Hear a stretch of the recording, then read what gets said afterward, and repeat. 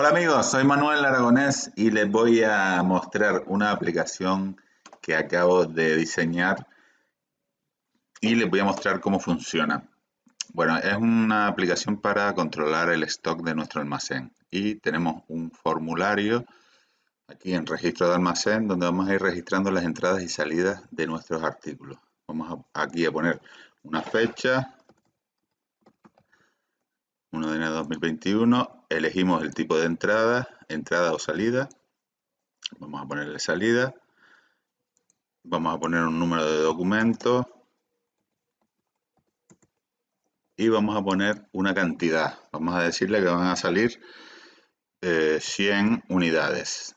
Y vamos a elegir el artículo que va a salir, que es juego de tornillería.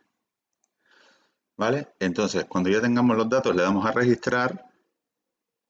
Y automáticamente se nos registra el movimiento y se nos presenta el stock que tenemos actualmente y en este gráfico nos aparece la cantidad representada en la barra.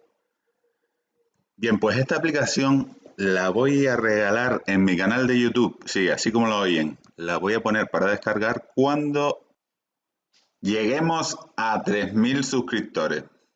Y además, cuando esta publicación tenga 100 comentarios en YouTube. Pues ya saben, todo el mundo a suscribirse, todo el mundo a comentar el vídeo y así podremos ponerla para descargar lo antes posible. Muchas gracias.